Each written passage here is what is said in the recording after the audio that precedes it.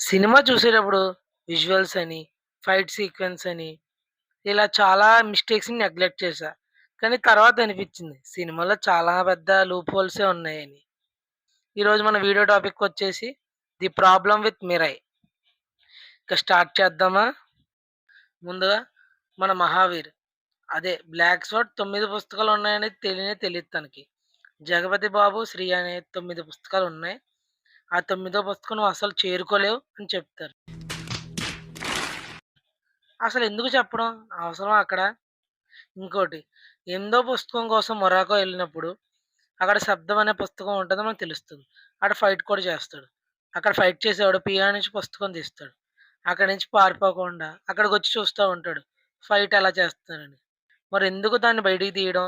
దగ్గర నుంచి ఇవ్వడానికా ఇంకా? స్టార్టింగ్‌లో 9 పుస్తకాలు రక్షకులు ఉంటారని చెప్తారు. మాకు సైన్యం ఉంది. మేము దేనికి భయపడం అంటారు. తీరా చూస్తే ఒక్కడిని కూడా ఆపలేకపోతారు ఆళ్ళందరూ. అసలు హీరో 9దో పుస్తకం ఎందుకు వెతికాడో అర్థం కాదు నాకు. ఎవరికీ ఎక్కడుందో తెలియనప్పుడు మరెందుకు వెతకడం? వెతికి విలన్‌కిస్తాడు.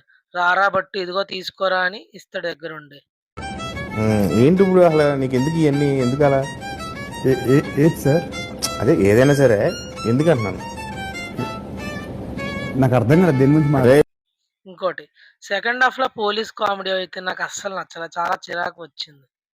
అవైతే నాకు నచ్చలేదు. నాకు ఇవే మెయిన్‌గా అనిపించాయి మూవీలో. మీకు కూడా ఇలా అనిపించిందా? అనిపిస్తే ఒక కామెంట్ చేయండి. నేను తెలుసుకుంటాను. అలాగే మన ఛానెల్‌లో ఇంకా మంచి మంచి వీడియోస్ అండ్ షార్ట్స్ పెడతా ఉంటాం. మీకు కానీ నచ్చితే ఒక సబ్స్క్రైబ్ చేయండి. నాకు చాలా హెల్ప్‌ఫుల్ అవుతది.